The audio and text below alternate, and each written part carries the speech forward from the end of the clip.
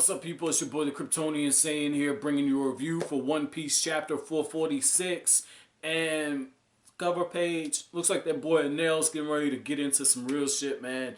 Anel's sitting on top of this ship. He's looking down at these moon pirates, and Anel, you can't see his face, but you know Anel still has that rape face going on. So that was pretty cool to see that. Now, I gotta start with the opening of this chapter, okay?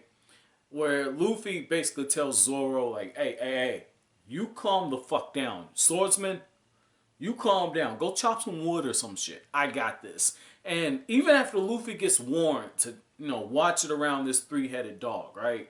Or a two-headed dog with a fox head added onto it. So Luffy goes up to it and he says, oh, it's just a dog. Good boy. I'll take care of it. And Luffy's just talking to it all nice and calm. And I'm going, Luffy's showing some restraint. Where the fuck is Oda going with this? The dog ends up biting him. Luffy's like, that's a good boy. Let go. Let go. I'm like, wow, Luffy turned a fucking corner. This dude Oda got me. Luffy cold clocks his ass and calls him a dumb dog. And what I love about this is it very closely reminds me of what happened in, I think, volume 4. It's either 3 or 4. When Luffy meets the dog, when he's got the whole thing going on with Buggy the Clown before Mohiji, and I believe it was Mohiji, the lion tamer, who ended up coming down there, and him and Zoro got into it. I'll post an info card for that. And just to warn you guys, that's back when I didn't know that Viz was messing up the translations, and I pre-recorded like the first 3 or 4 volumes of One Piece, and so I was calling Zoro Zolo because that's how it is in the Viz manga. So anyway, it reminded me of that, and I thought that was a nice throwback to it. But when you got Luffy riding on the back of Cerberus, I fucking lost it, yo. I fucking lost. I said, what the fuck is Luffy doing? I cannot believe this shit. And then when Luffy sees like the tree, you got an old tree, and it's drinking the wine or whatever it is it's drinking, Luffy gets his fucking Pokemon go on, okay? Luffy becomes a Pokemon trainer. He's like, gotta catch them all. Goes up, whacks this damn thing, and says, I caught another rare one too. And I'm like, okay, let me pause for a second, okay?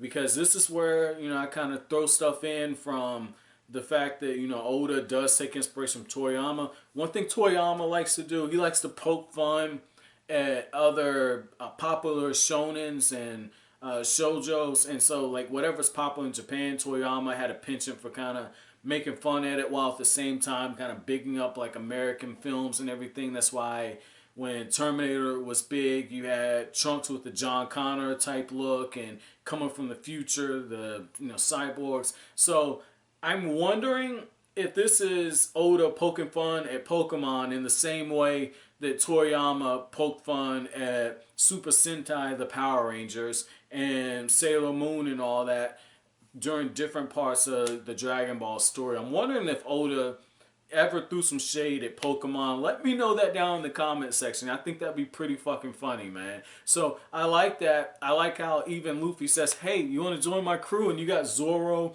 and you got Sanji saying, hey, you stop that. And it's just like Luffy, I think that was just Luffy saying, I'm gonna fuck with these dudes. Watch this shit.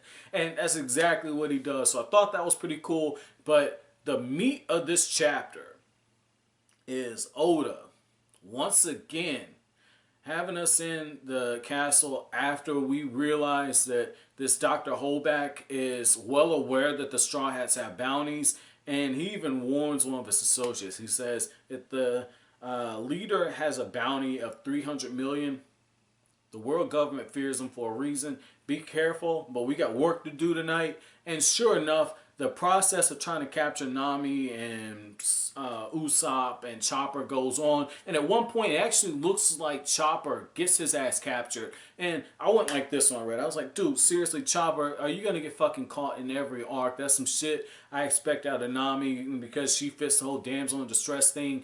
Because at this point, I'm seeing what some of you guys told me. Some of you guys told me that, Oda was told he didn't draw women attractive enough. And so one of the things he likes to do is he likes to increase the breast size of Nami and later on Nico Robin, and you know, he's working on making the females more attractive.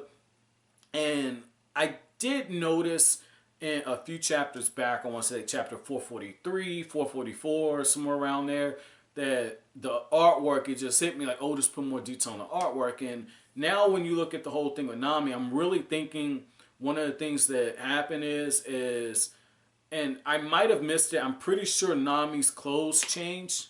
And one of the things that stands out is I really think that whole bath scene was obviously to have the Nami fan service moment, but to also put another outfit. And the design looks like some shit that Tite Kubo would have done.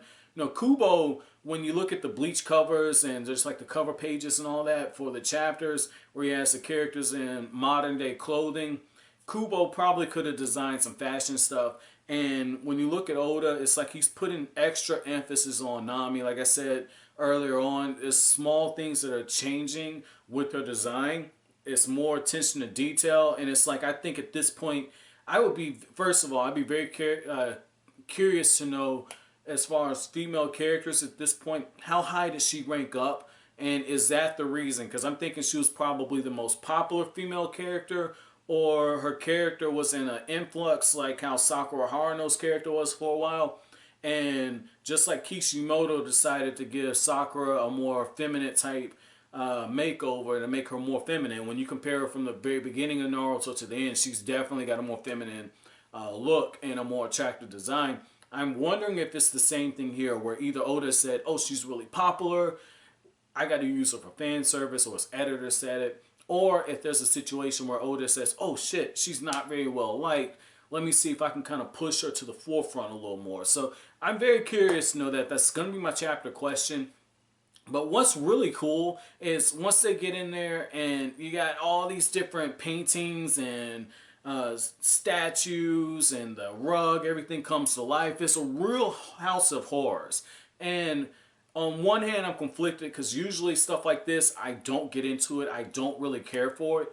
But this is so wonky that I'm kind of just going along for the ride. But I will keep it real with you. If Luffy came in here in the next chapter, whooped everybody's ass, and basically got on some berserk Game of Thrones shit, stuck their heads on, that'd be fucking badass. If Luffy just stuck their heads on pikes and said, okay, on to the next island, I'd be fine with it. This just feels like some shit that Oda's like, okay, I hit you with some heavy shit. This is like the Davy back arc.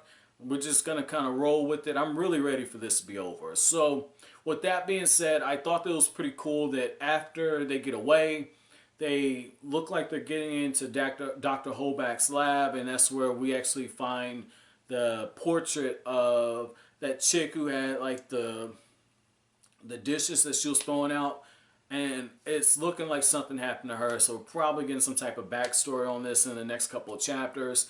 Very interesting just to see that. I'm wondering if that's why Dr. Hogback didn't want them to go into the lab. But overall, this was a pretty good chapter. Not the best, just a fun chapter. Like I said, I'm kind of wanting this to end.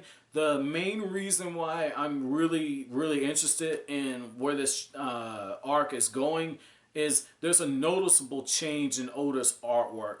When you just look at the small stuff, there's a very noticeable change. I'm really enjoying this. This is some of the best drawn shit I've seen Oda do. But as always, guys, if you like anything I had to say, don't forget to comment, rate, subscribe, share. Thank you so much for watching to the end of the video, guys. Have an